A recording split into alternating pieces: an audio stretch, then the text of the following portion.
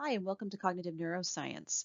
In this lecture, we're going to talk about some ideas that are presented in Chapter 1, which is a brief history of cognitive neuroscience.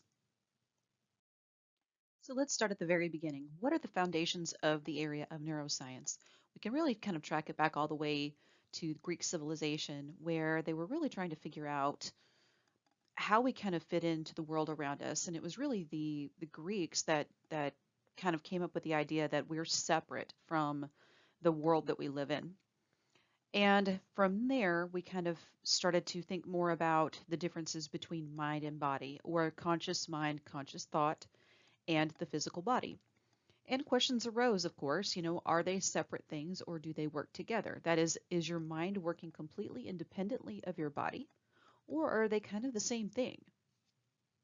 We have two competing ideas here, the first of which is dualism, just as it says.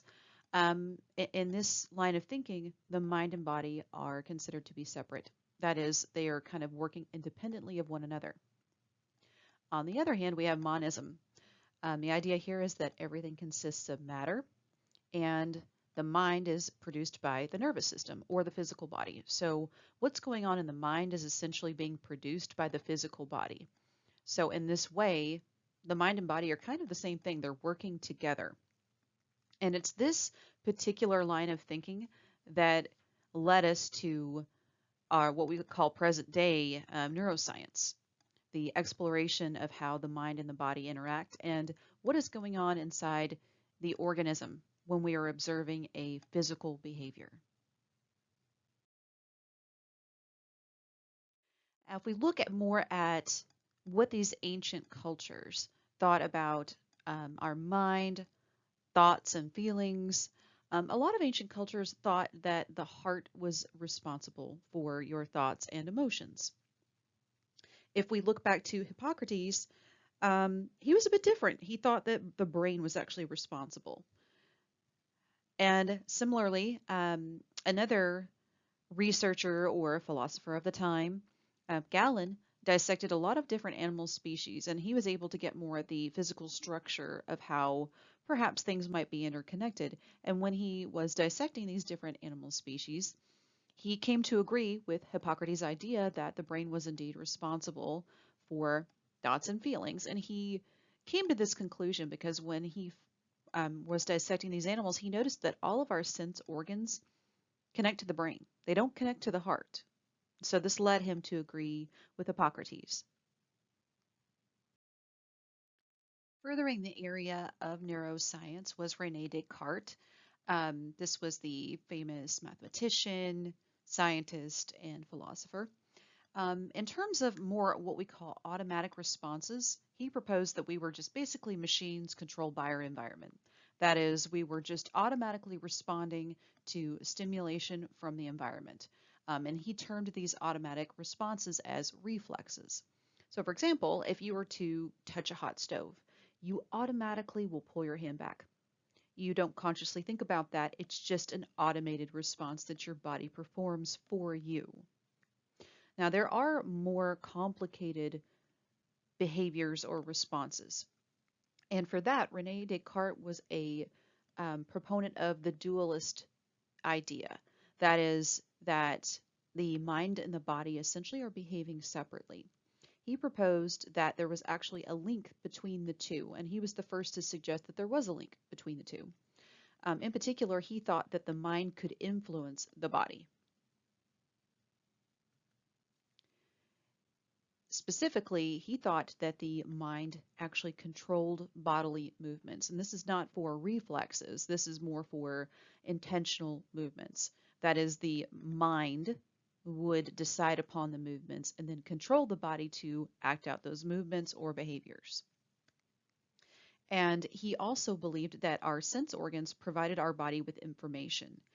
And we know this now to be very true. But he thought that the sense organs would provide our body with information about basically how to behave or what to do in response to that stimulation. The mechanism that he proposed for this was fluid flow, initiated by the pineal body or pineal gland.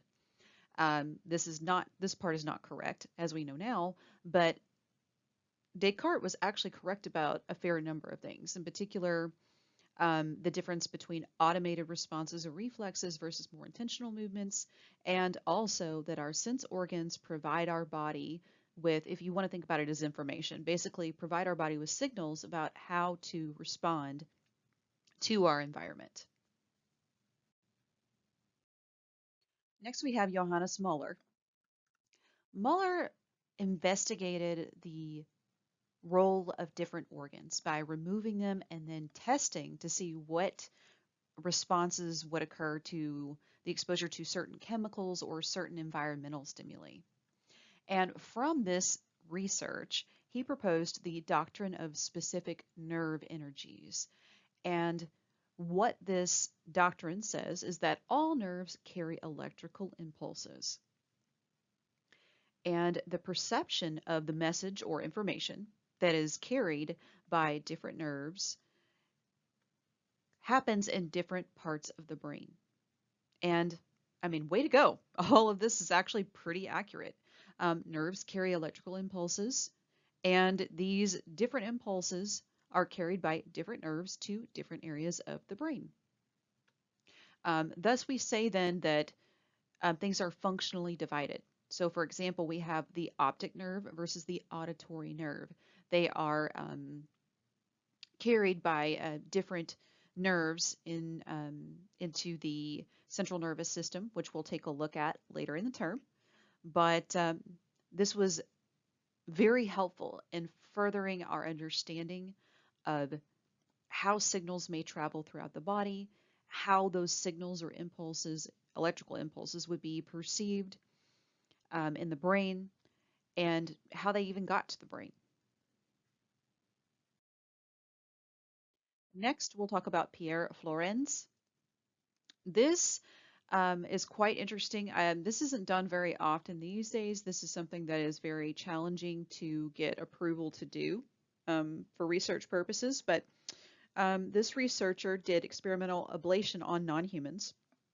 So this would have been done on cats, rats, that kind of thing. Basically, the idea was to see if you were to ablate or remove or destroy a certain area of the brain, what did that do to behavioral functioning? So in doing this, it said that he actually discovered areas responsible for regulating heart rate and breathing, which would be the medulla, and that would be in the older area of the brain, as we say, the oldest area of the brain. That would be the hindbrain. Also, the area of the brain that's more responsible for purposeful movements. This would be the primary motor cortex. We'll take a look at these areas in a bit more depth throughout the term, but the primary motor cortex is more along the top of the brain. And also, he was said to have discovered the visual and auditory reflex portions of the brain. This is more in the dorsal part of the midbrain. So that's more of the backside of the mid part of the brain.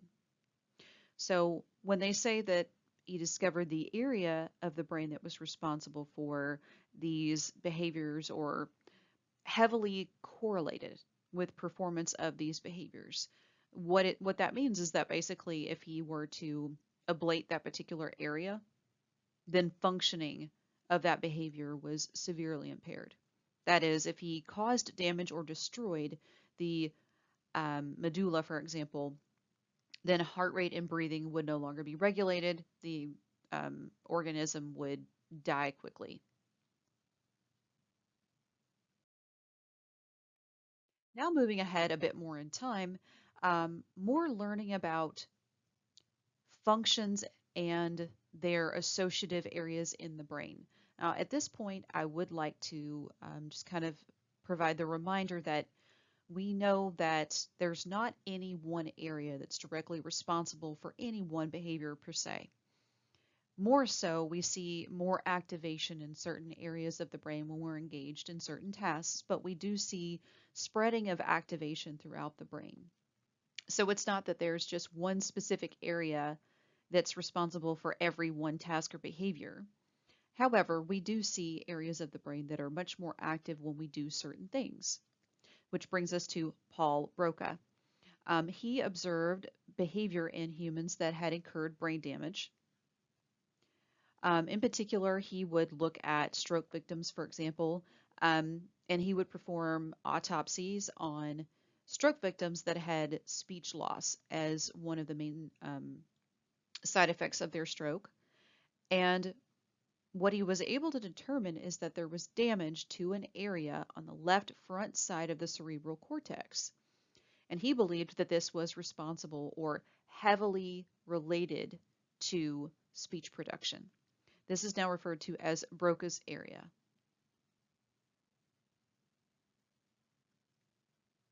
And again, I would want to reiterate at this point that it's not localized here alone.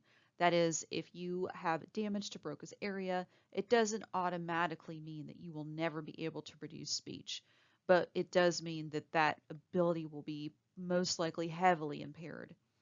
And perhaps some functioning can be recovered, but it will be heavily impaired. Looking at some more research in non-humans, we have Fritz and Hitzig. They did electrical stimulation of dog brains, and they were able to locate the area in which the primary motor cortex in the brain is located. So if we take a look here at the picture here, so here, this is the occipital lobe. So this is the back of the brain. This is the front of the brain. And if we're looking at the primary motor cortex or motor area, that would be up here. They were also able to determine that other regions of the brain communicate with the primary motor cortex, which makes a lot of sense. How is that area getting signals for the body to then begin to respond if, for example, you need to run away from something or walk away from something? You may be having heightened activity in the primary motor cortex, but something has to be feeding that area signals to tell your body to do that in the first place. So this is again kind of highlighting how much communication there is in all of the areas of the brain.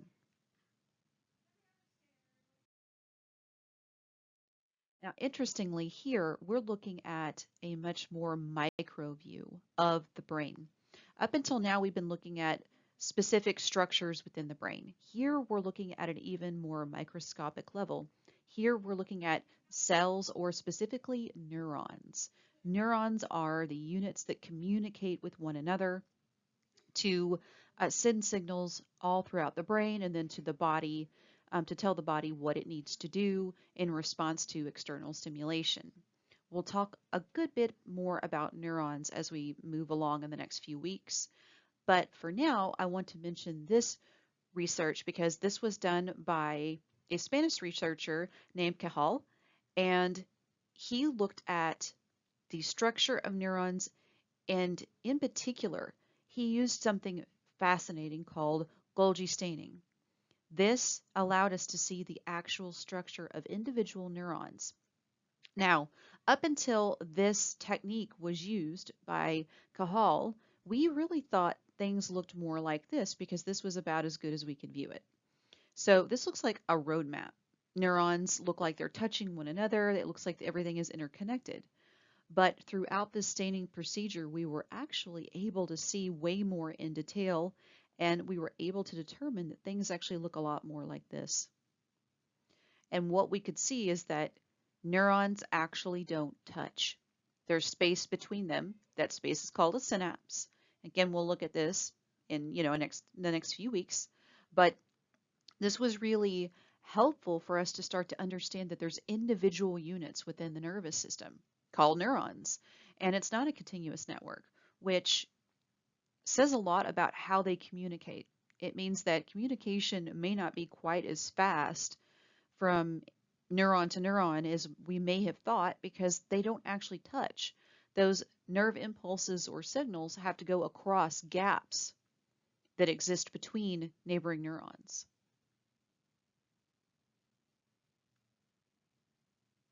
So because we didn't know that until this research was done, we really had thought that conduction or transmission of signals from neuron to neuron was essentially as fast as like the speed of light. We thought it just happened almost automatically. Now we know that while it happens quite quickly, it is not that fast. And that could have implication for our response times to certain simulation. And again, we'll revisit this in the next few weeks.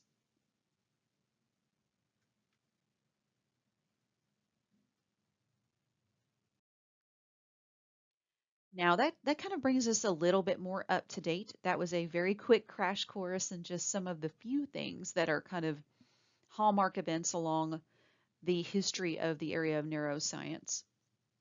But what we can say about present day is that it is considered to be an interdisciplinary field and it is ever changing. So, neuroscience, again, is interdisciplinary. It includes psychology, computer science, and a few other areas as well. And it is always evolving because there's research that is consistently looking at the structure, the physiological structure of the brain and of the body, and observing behavior and the interaction between the two. Our new work really is more meant these days to help inform us not only about how our body system's working, but really how to treat certain things. In particular, providing brain-based treatments for diseases and disorders. And something else to note is that the field in its present day state is really striving to increase diversity and inclusion, very much pushing for really anyone to join in the neuroscience field and contribute to our understanding of how our brain and our body interact. This is particularly true of the inclusion of both women and underrepresented groups in general. Now I want to shift gears a little bit. Here in this last portion of this introductory lecture, we'll look at neuroscience and evolution. It may not seem intuitive that the two would map on very well, but they actually do. Evolution is just defined quickly as just gradual change in structure or physiology via natural selection. So slow, gradual change over long periods of time through natural selection. And this has a lot of implication for our current physiology. So why is our body built the way that it is? How was all of that selected for through natural selection and why? Obviously, the person who proposed evolution as a theory was officially Charles Darwin. Um, his basic idea for the theory was just that all characteristics that we see have some kind of function for all organisms. So if it exists, there is a reason why. There is some kind of function to it. Um, Further, he said that behaviors themselves, so actual performed behaviors, they're not inherited, but the brain structures that are responsible for them are inherited or selected for. So your actual ability to walk is not inherited, but the brain structure that allows you to walk is inherited. If we look at some interesting examples, male songbirds have highly developed areas of their brains that are more related to song, music, auditory interpretation, auditory production, in comparison to non-songbird counterparts, which makes sense because they're songbirds. These other birds are not songbirds. So it makes sense then that the male songbirds would have a much more developed area of the brain devoted to auditory um, behaviors. And this would then allow for them to produce a more complex song. And the function here is that that song is going to allow them to attract more mates. So his theory of evolution was really meant to explain how characteristics like this are acquired. In this example, the male songbird that would be able to produce the most complex song would have more mates and would have more opportunities to put their genetic material into the next generation. So they would produce more offspring. And so this becomes selected for.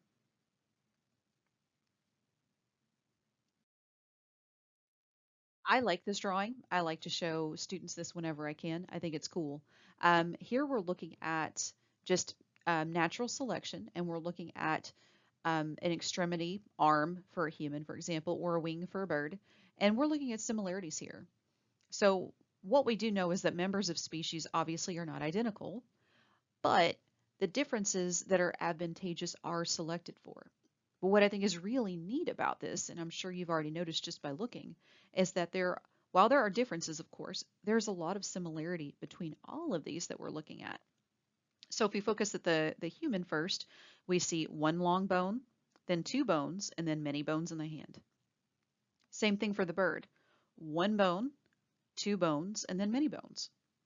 For the bat as well, one bone, two bones, many bones. And here up here, the whale, one bone, two bones, many bones. And of course, last we can look at the lizard. One bone, two bones, many bones. While we see differences across these different species, we, at least according to Charles Darwin and the theory of, evolution, natural selection, these differences were the ones that were advantageous for that particular organism at that time, and it allowed for them to produce more offspring. So more of their genetic material got passed on, and so those advantageous differences were selected for.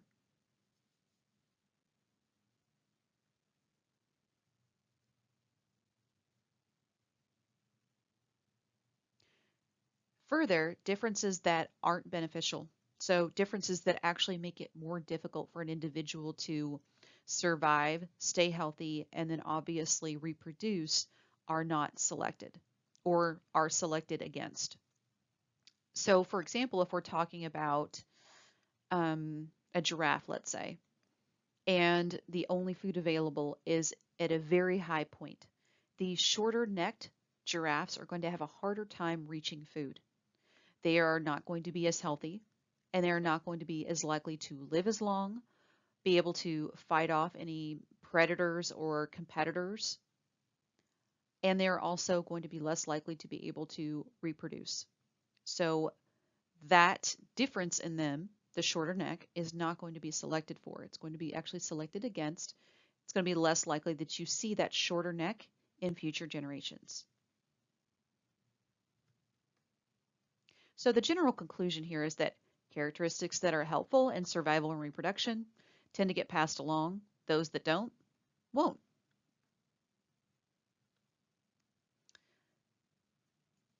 We can also touch on mutations briefly here. So mutations, I know that sounds bad, and most of the time they are, but occasionally they're actually kind of awesome, and they can lead to a positive change for the species. But we can think about a mutation as just being random, because it is. It's random, and it is a chromosomal mutation, meaning that it takes place in either the ovary or the testis. And again, it is random. And most of the time, it is not advantageous for the organism, but occasionally it can be. Um, and if it is, then it might be selected for in future generations.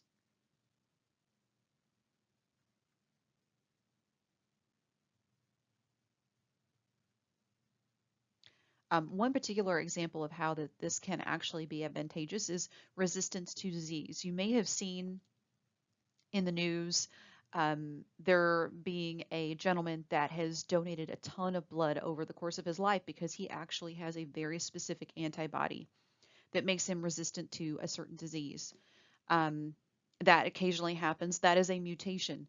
But in that case, it's a very helpful mutation. It's allowed him to be obviously resistant to that disease. But further, we've been able to study this gentleman. We've also been able to collect a good bit of his blood throughout the years so we could treat those who did have the disease with his antibodies. So again, usually mutations are detrimental, but occasionally they can actually produce something good.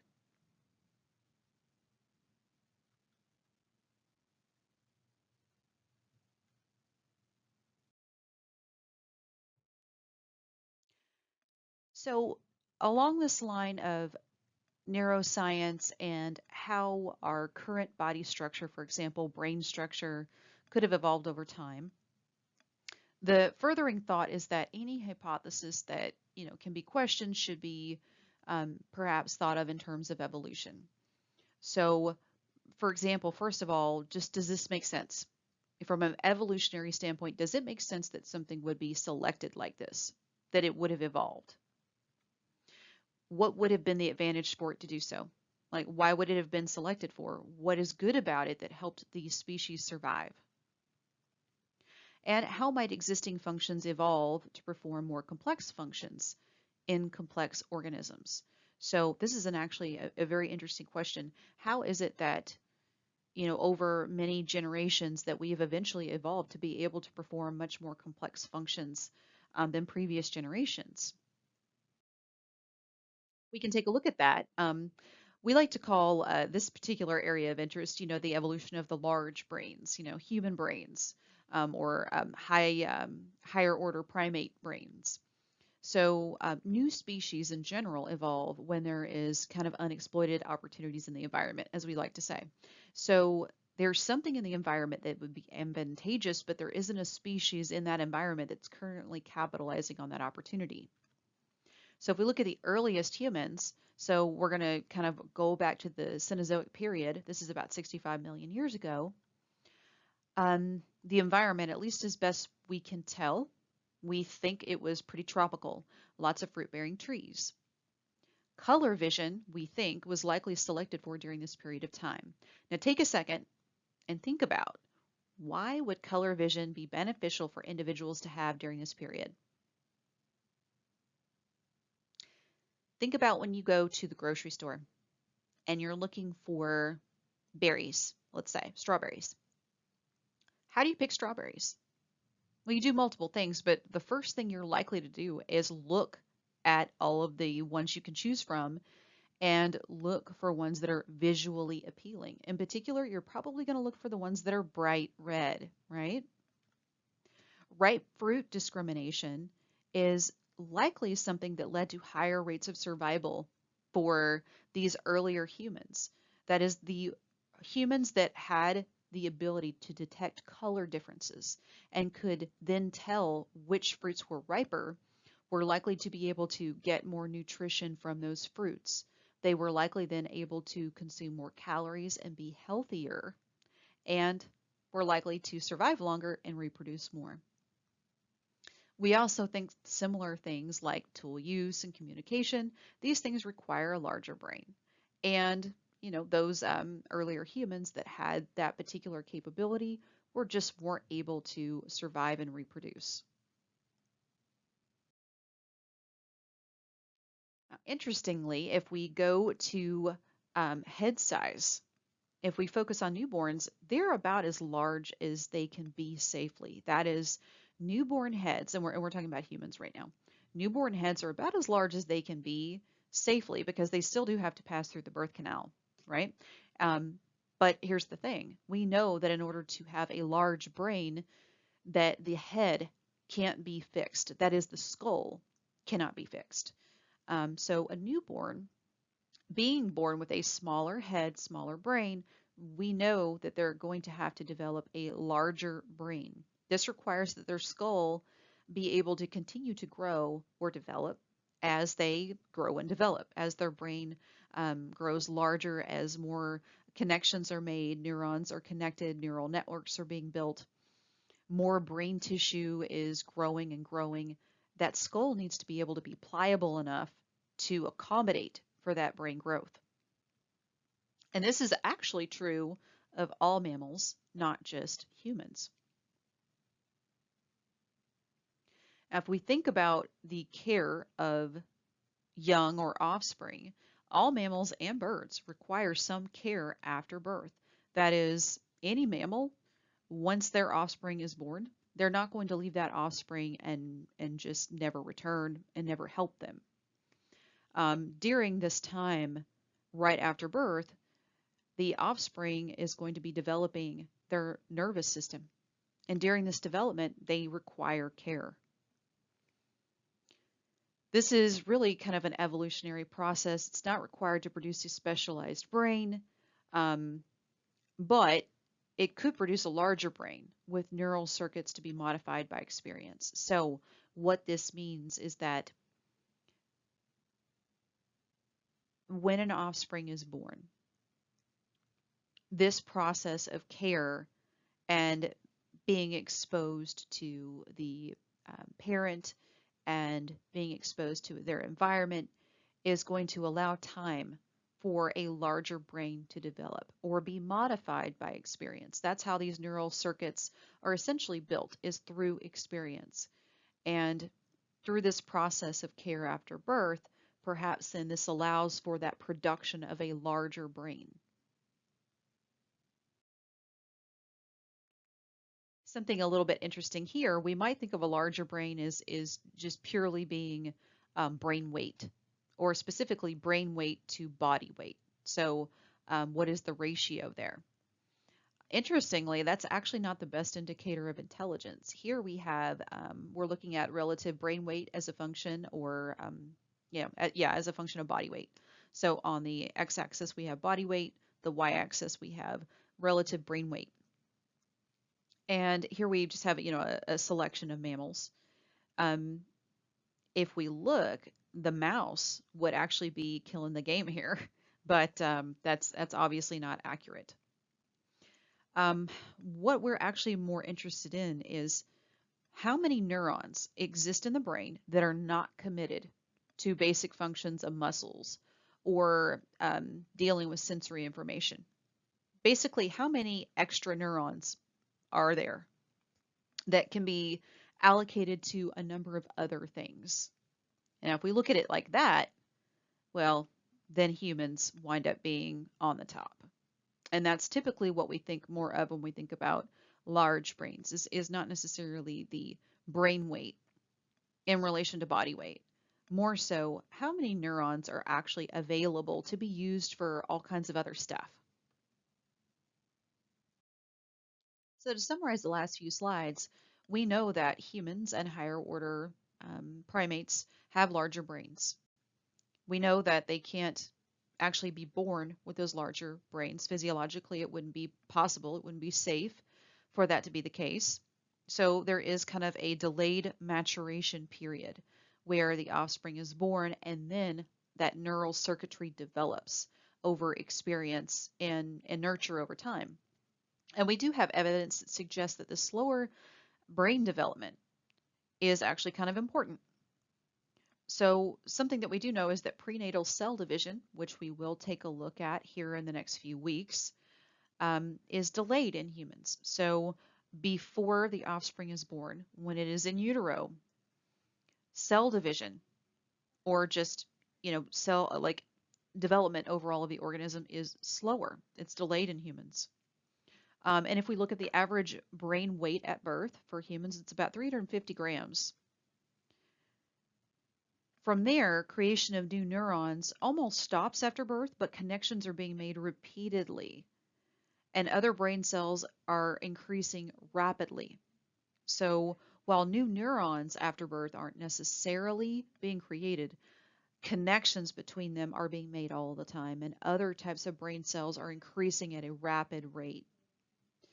This leads eventually to the full weight of a human brain of around 1,400 grams. And this is going to occur later on in adolescence. So you can just kind of compare where we start at 350 grams on average to where we wind up, around 1,400 grams on average. It's a lot of development that occurs over a lot of years.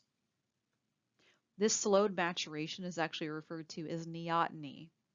This is a term that is used a fair bit in evolutionary research. And it's the idea of slower maturation, or a more youthful appearance. There are things that suggest that evolutionarily this could have been selected for.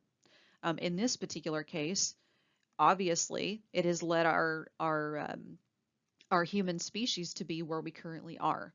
If we are able to develop at a slower rate, we are able to have these human larger brains that allow us to do all kinds of amazing things that we can do now. So it does seem like that has been selected for this slower maturation of brain development. But there are other things that have been selected for in terms of slowed maturation that are noted in the evolutionary research as well. The last thing we'll touch on briefly is ethical issues. We won't be touching on too much non-human literature or non-human research in this particular class. We'll brush on it occasionally, but overall, I like to bring this up just because a lot of evolutionary research related to neuroscience, at least in the past, was done with non-humans. We've already talked about some of that in this particular lecture. We talked about it with the brain ablation procedures, also the procedure looking at the motor cortex in dogs. When we look at visual research, a lot of vision research early on was done with cats. So, there has been a lot of non-human animal work, and there still is today. The nature of it has changed quite a bit, and that is kind of where we're, leading to right now that we're going to briefly discuss. Because things, were brought up, just like with human research. Also, with non-human research, we also have to ask the question, is what we're doing humane, and is it worthwhile? That is it worth it, right? How do we determine what is worthwhile? Um, are we exploiting non-humans? And these are questions that they're, it depends on who you talk to, the answer you're going to get. What I can tell you is that we now have a non-human research board, which is called IACUC for short. Basically, it is the non-human research section or version of the IRB, the Institutional Review Board. IACUC is something that you have to have approval. It's a board that you have to have approval from to do any kind of non-human research.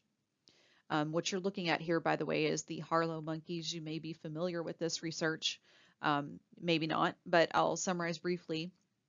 What was done here is they were looking at, are non-humans, in this case monkeys, were they attracted more to a food source or to a source of comfort? So they had a wire mother, which you can see on the left here, and then a, kind of soft, cuddly mother on the right. And they had different conditions, but what they found was that if the wire mother was the only mother that provided milk to the monkeys would go to the wire mother, drink the milk, and then go immediately to the soft mother and cuddle with it. So this was evidence that it wasn't just food, essentially, that was important. Comfort was as well. But a lot of people looked at this research and thought that it was inhumane. So studies like this really kind of raised questions about exploitation of non-human subjects. So I also like to mention at this point that non-human research has to have approval from a review board, as does human research these days. And it is also brought up, if people are concerned about this type of research, that pet owners aren't, they don't need any permission. They aren't inspected. They basically do whatever they want with their pets. But people who do research on animals are obviously heavily inspected regularly, and they have to get permission for basically everything that they do. Some people do argue that computer simulations are good enough for research, and that basically means then that non-humans aren't needed, that we don't need to do it anymore. We can just do computer simulations and that will be good enough. But sometimes there are cases where that's really not adequate. We're not there yet with computer programming. So, there are instances where non-human subjects could really be helpful in our understanding of how certain phenomena happen, how physiological things may affect behavioral things. So this is just kind of touching on the ethical issues and what the current state of affairs is.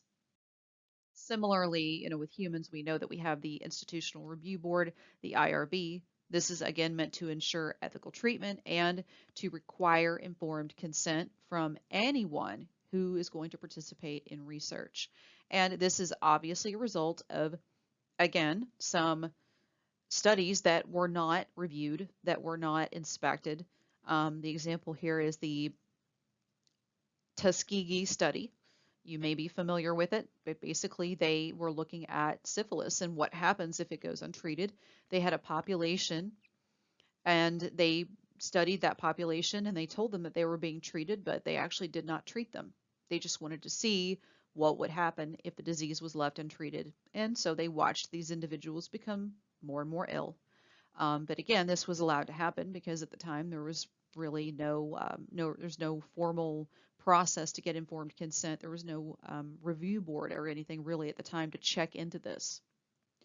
So, this is just another good example of why we are concerned with ethical issues and why, moving ahead, fields like cognitive neuroscience are very much trying to be ethically compliant, whether we're using human participants or non-human subjects. We do have to apply for approval to do studies. We have to get informed consent if it is a human participant study. There are a lot of inspections and regulations and things like that in place to ensure that things are done as well as they possibly can. So again, the point of this lecture was just to kind of get a little bit of a flavor for the background of the field of cognitive neuroscience. As we move along, we will learn a lot about the physiology behind behaviors and actions that we engage in as people. And I look forward to discussing that with you throughout the term.